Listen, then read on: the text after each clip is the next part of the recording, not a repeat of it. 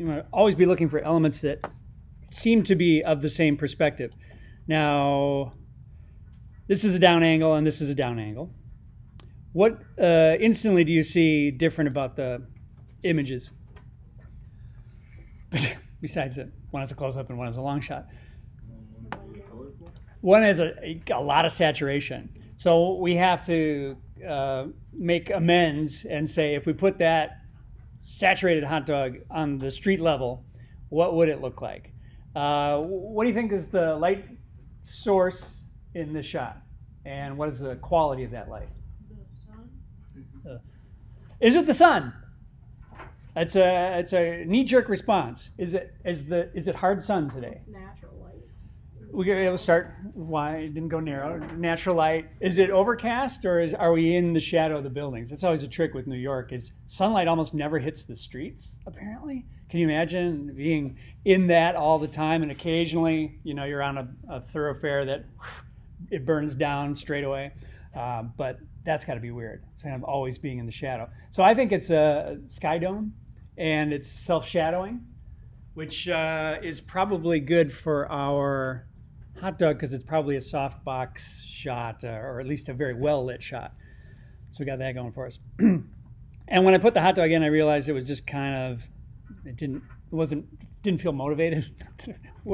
So I decided I had to really push it and say, let's put the mustard in there too. So maybe we can do the mustard as like a foreground object, and the hot dog can kind of be sitting back here.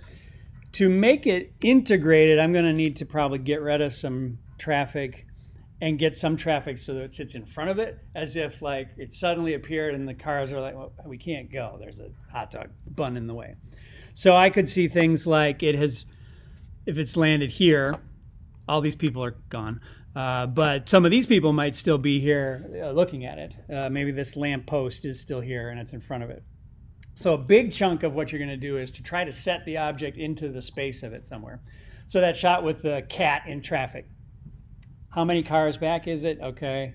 So those cars have to be properly selected and maintained. And possibly if we see it through a windshield, that's going to complicate matters. So like Anna's shot where it's behind glass, it raises the stakes.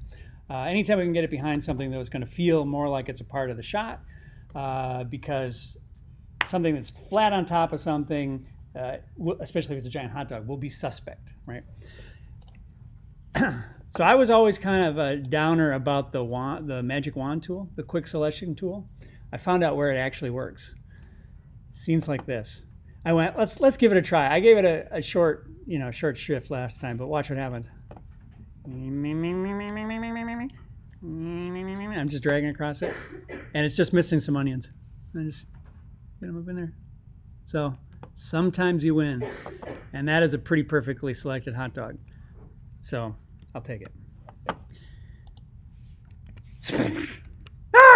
The screaming begins. So I think to make it feel like it's there, I'm going to get it back behind the corner of this building here. So it's kind of sitting smack dab in the intersection. So I really need to think about who needs to stay and who needs to go. But let's talk about the exposure and contrast and saturation on this guy. I would recommend that everybody work non-destructively because you're going to be changing your mind. To that end, we'll use adjustment layers for all of the tricks that we'll do for color correction, because we want to be able to work it right up until the end. So I know that this is going to need some contrast changes. I will do levels for mine, and I'll make sure that it's linked to that layer. It's going to need saturation, so I'll get one of those in there. By the way, if you hold down the Option key as you do it, automatically associates it with it, so you don't have to click that option later. And I think those are the big ones. All right, so let's do these a little bit at a time. We'll begin by sucking the life out of it. Now, is there real yellow in the shot? Right, so it's not so much that the hot dog is wrong, it's just that this is a pretty desaturated looking city shot, right? The tree is kind of a cue that something's a little odd, but the taxis look fine. And there's clothing at full value down there too. So I need to strike a balance. I don't want it to look unappetizing, which is this is starting to look. So I'm thinking that this is like some kind of big ad for, we sell the biggest hot dogs in Manhattan, which I'm sure would be quite a feat. So I'm going to strike a compromise. I've brought it down because if we look at the before and after on this, by turning that off, you'll see it's pretty neon right there. So we know that that's wrong, but that's feeling a little bit more daylit. And then the levels side of things. I think it's in shadow, so I'm going to lower it a little bit. Not quite so much. And I'm judging any other white in the shot. I'm going to call the onions pure white, even though that's translucent and there's other things going on there. But if we were to get information on that, that's pretty pure white. I just use the eyedropper to select it, and we get, wow. So in fact, that image has been color corrected, unless I'm sampling the wrong layer. Let's try that just real quick. Yeah, sampling the wrong layer. This tells us something interesting. What camp of color does it happen to be sitting in here? So that's going to tell us that probably it is in fact the sky that's lighting the image. So instead of just reducing the exposure, I'm going to cool it off too. That's something I can do in a color balance. So maybe you want to keep it there. Technically, you can do it in levels by working the independent color channels there too. But I'm going to put it, let's put it out for all to see on its own layer and call it color balance. And basically start skewing things towards the blue, wherever there's a blue opportunity. I'm working the midtones. Presumably the shadows are going to have a similar cool cast. I don't want green bun though, so I got to be careful. Okay, so let's see a before and after there. Yeah, it's cool, but it's keeping the key color. I don't know if it's perfect yet, but that's why adjustment layers instead of permanent decision making. Okay, the things that we know. Let's put it back behind the building for sure. And then we'll start dealing with some of the traffic and things. So on its own hot dog layer, I'll label it to keep things track. I will add a mask. And a little guy for the mask layers down here. It looks like a square with a circle in it. And now if I start painting in black, I will be erasing the image. So if I were to bring up a brush and switch my swatches to black there, I'm erasing it. I don't think I'm going to erase so much as just temporarily hide this and go make a selection. And of course we've got great architecture here with details that maybe if we keep it, it'll help sell it. So I'll just do still just going to do a lasso tool, but oops, the classic problem with the lasso tool. This is why I always use the pen tool. If you make a mistake, double click accidentally, you've got something far afield of what you thought you did. And here's where we're going to start to see, is the building in fact straight? Which they, at this scale, are not probably. Okay. Then I just zoom out and I'm just going to close that selection kind of anywhere because I know that that's pretty safely where the thing is going to be. Making sure I'm on my mask layer. Notice that I've highlighted the mask. I'll just fill with black there. That gets it back behind there. Okay. Without dealing with the traffic yet, let's try to make, it seems like a pretty sharp edge, right? There's something about that that feels a little hokey. Let's get in and see if it's a case of, did I just choose poorly? It's a little bit off on the, where I put the line. So I can tune that up really quick by just basically adding back to the picture by painting in white. So I did black to delete, I'm gonna do white to replace. And you know, there's a point at which I'm too close. I can also soften this too. Maybe just a few pixels. Let's just run it, run a blur on it quick. That's wrong. Blur's over here. Just a little dab will do us there. Okay. The other thing about that that seems wrong is that it should be behind the building, and so it should be probably shadowed by the building a little bit. And that's where we'll start introducing some other layers, right? So maybe up above this, I will actually do some paint work and put in what I hope is, those poor people, what I hope is going to be an appropriate shadow color. So I'm going to just take a gray from the image. Obviously, it won't really be a shadow. It's going to be the content of whatever's beneath it, but something that feels a little shadowy. And I'm going to do, it's a soft shadow. My temptation is to try a soft brush. I'll just go like this. And I'm going to put in some color where I think it's going to be. Okay, so right now it looks pretty weird. I'm going to set that to multiply. Okay, and I'm going to blur it pretty substantially. I'm going to do this as a separate, let's go like that, and then dial it back, just using the opacity to kind of kick it back. I want it to be subtle, just barely there. Now I could probably sculpt that a little better. It's starting to look a little direct, so that's an issue. And I might come in with a slightly darker color. Again, a little bit of blue in there, and add to that a bit. Looks like I need to do a much softer brush. Okay. All right, it's kind of getting back in there. But it's also on my building, so that's going to look wrong. So I'll just really quick take that same mask and apply it here too. So we can do that with a command click on this thumbnail and then just reapply that mask. So there, with and without it. I do need to get it off of the background here too, which I could either erase that out because it's pretty soft, no one's going to notice, or use the selection from this guy to invert it. And now I can erase and get real close to it. The shortcut for inverting a selection, which you're going to need all the time, is Shift Command I on the Mac and Shift Control I on Windows. It's just a really nice one to have, and I think you can find that up under Select, and I would guess it's under Selection. But shortcuts are there, so I don't have to go look. Okay. All right. Let's put it behind a couple things just so we can see where we're headed with it. I'm going to solo this. All right. Wow, we're in here pretty darn tight, but this is really going to sell it. If I get that lamp post in front of it and then get, of course, this guy out of here. So using the same methods that we've been dealing with up till now in cloning things out. It's going to be tricky because I've got a nice fancy grid here, but it could be something as simple as I clone from over here, bring it over here, trying to line stuff up. All right, get in there closer. Do small amounts. It was kind of a large amount there.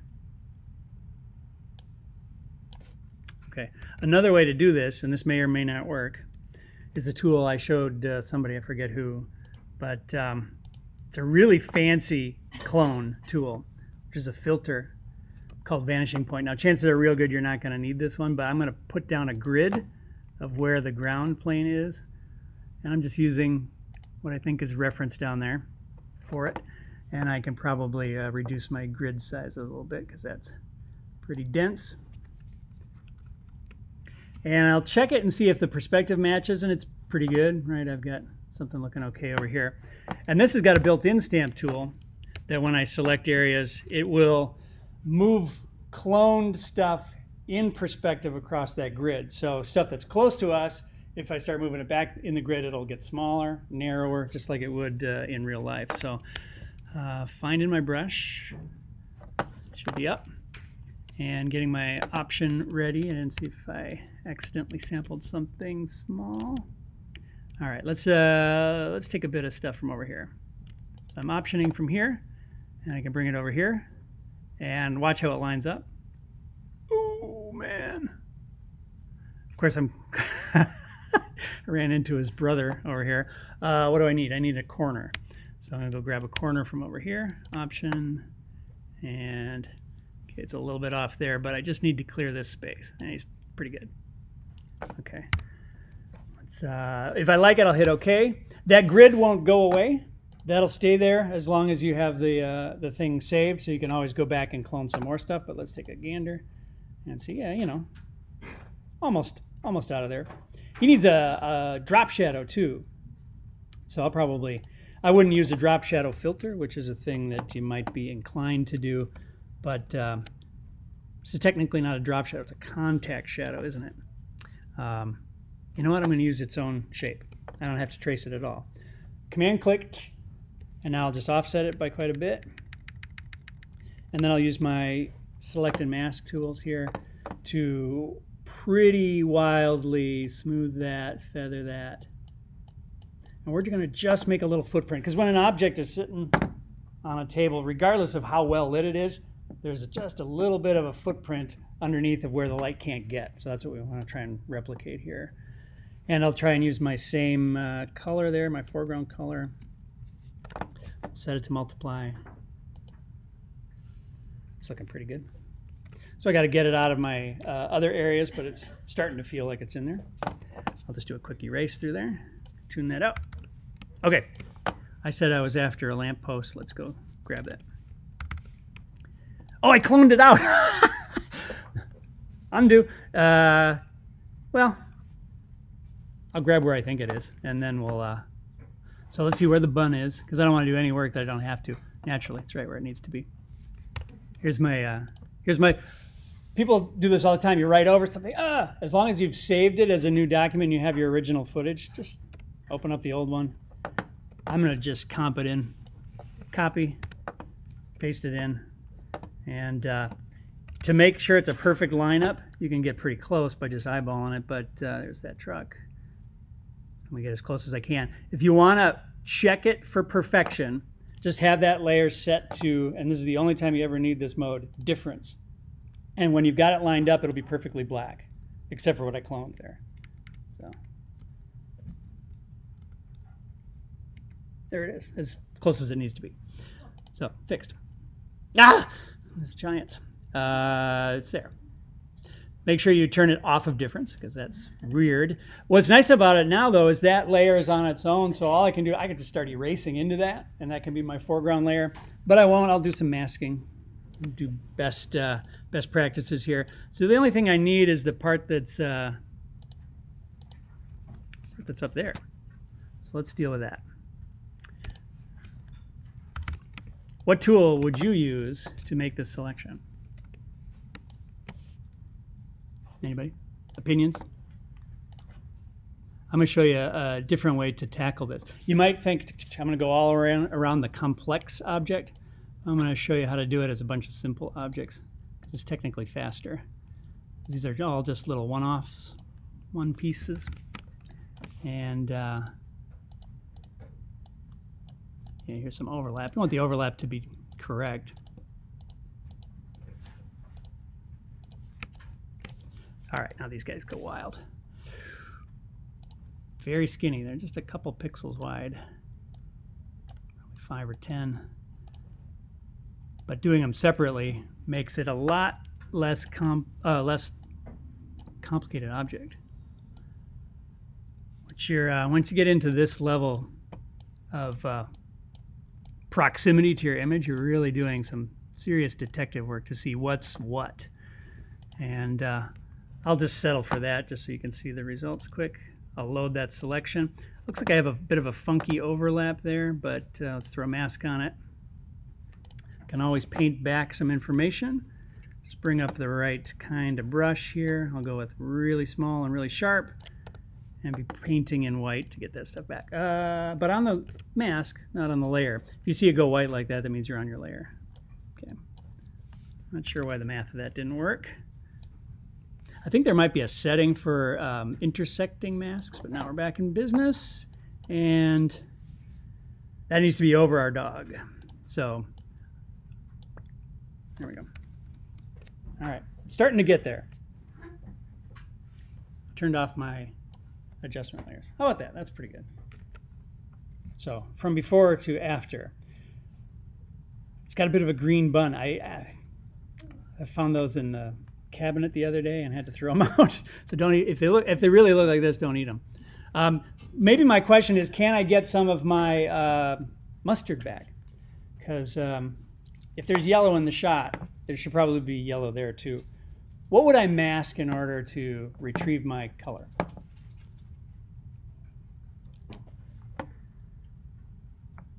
I can just paint directly on the thing. It's the mask for this hue saturation. So maybe I don't want to bring all of it back. Maybe I want to do, kind of a lot of it. So I'll go pretty dark. And if I just start painting here, I should get full color back. And because it's set to an adjustment layer, this kind of an edit becomes really easy. If I had done it as a destructive thing, that color's gone. I'd have to be painting it back on. So that kind of feels like it's back there a bit. I'm going to leave that one that's in shadow because that actually works. As it's in shadow, some of the saturation is going to come out, so that's actually more correct without it. Okay. So a little work on the traffic, a little work on the stuff. Let's put the not as good hot dog mustard in, because this is not a good shot. This has got lots of issues. But let's see if my selection tool works again. Not bad. So it's got to be either a really simple background or a really simple object. Between those two things, you're probably in good shape. This one's got horrible perspective, and I've pasted it. I said I wanted mustard on my hot dog, but not like that. Let's paste it on the top. Okay.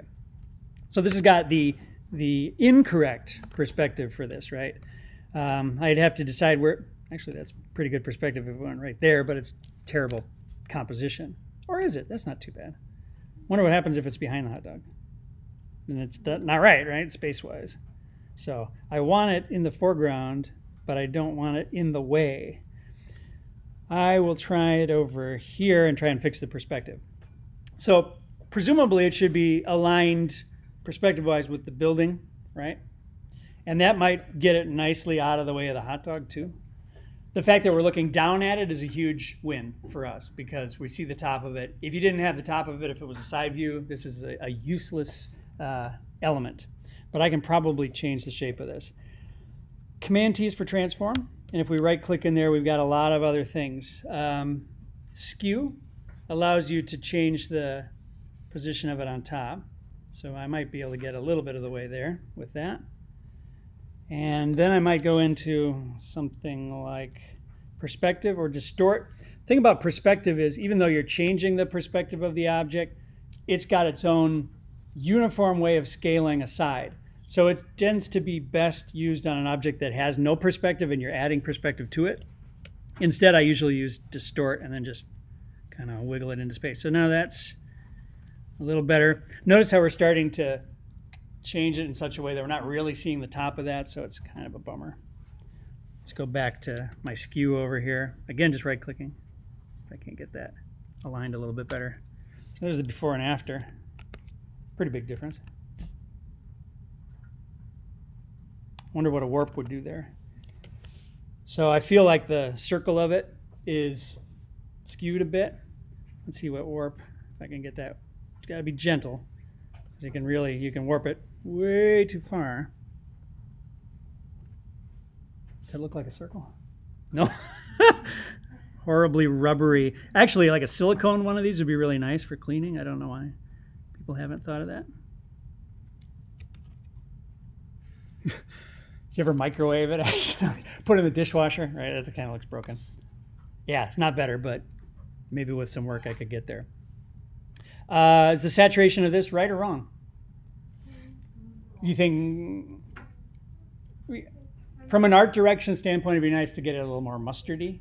Yeah. It's a little fluorescent-y right now. Yeah. Yeah. What tool do you think? Color balance? Yeah. Or hue saturation? Let's try and do it with color balance and see what happens. With color balance, the hue and saturation would make it more like all of the colors versus color. Yeah. On the upside, it's a monochrome item, so if it did start to break up, we'd barely see it. Just adding some yellow is looking pretty good. Before and after. Shadows option too. Yeah, see if that. I do like it being a little blue. Yeah, not much shadow on there, by the looks of it. Not changing too much. More of a mid-tone. This is the exposure on that's pretty even. And that's where all the chroma is currently sitting, right? So probably don't want to do anything there. Yeah, that's not bad. You want to see with saturation, just see there's a difference. Hue sat. Again, we'll group it. And I might just increase the saturation. You can see it break, right? So that's bad. And ketchup. Salsa verde. Yeah, hard to find. Yeah, it's all just kind of stuck together there. Not a winner. Goodbye. Color balance it is. So all that work on the lamppost is lost. So you got to really plan your shot a little better. I wonder if my solution is to actually get him back a bit. Put him back behind a building too. Just rough it in and see what it looks like. There it is. It's a thought. It's a thought. So those are some of the big tools. I think the lighting stuff, everybody is likely to have if they shot their item separately or found the item separately. Saturation is kind of a giveaway. Good selection is kind of a giveaway. In fact, due to the tool that I used for selecting the hot dog, we probably get in here and find that it's got a pretty lousy edge. Let me show you a quick fix on that. If you find just a little bit of a halo from something, you might find that layer, matting, and defringe, and just kind of increase the number of pixels until you see something like, usually takes it off. And then I might also consider getting in there with just a little bit of edge blur to hide your tracks. Don't hit it so hard that you're seeing the object getting blurred. But okay. Okay, vegans need not apply on that shot. All right, let me show Anna's shadow thing. It may take me a little research to see how she's got her stuff set up here, but yeah, no labels, I see. That's okay. A lot of things named layer 5. I'm guessing that's some of her. Okay, I'm gonna leave that shadow off for a second. So she has a cast shadow, which is great. And you did that by taking the object's own mask and transforming it. And you guys get that concept, or should I show you how to do that, to do a drop shadow? So, you know, the drop shadow in Photoshop, there's like a filter for it. And all that does is to make a copy of its own outline and fill it with some dark and give you a control for softening it. This would involve the same thing, but then transforming it. So just to do a mock-up of her version, you might make the selection from her outline there. You might find your shadow color. So I'm going to pick something middling here. I might then fill it with that color.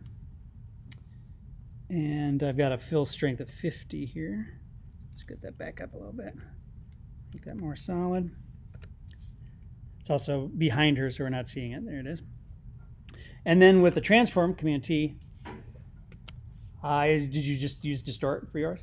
I did a little bit of warp as Oh, well. heavy warp too. Yeah, to get that. Yeah, which works for yours because you have ended up with kind of a nice bend to the image too. But I'm just taking it and flipping it, as you can see. Your trick with this is to get those legs lined back up. So